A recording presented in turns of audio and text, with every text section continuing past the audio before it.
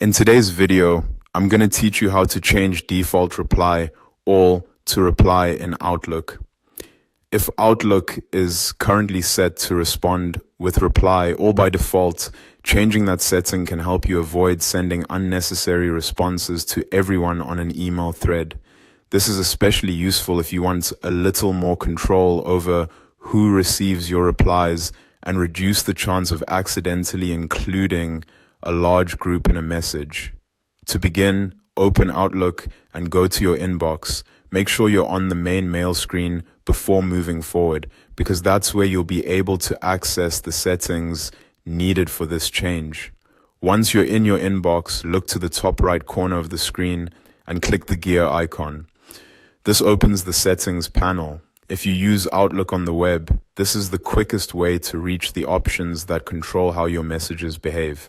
After the settings panel opens, find and click on Compose. This section includes the options related to creating and responding to emails.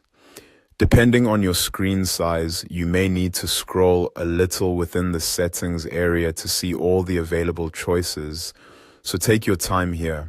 Inside the Compose settings, scroll down until you find the section for reply or reply all. In that area, select reply.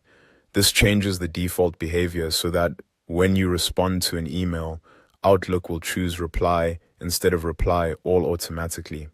This can be a very helpful setting if you often work in group conversations and want to avoid sending replies to every recipient unless you intentionally choose to do so.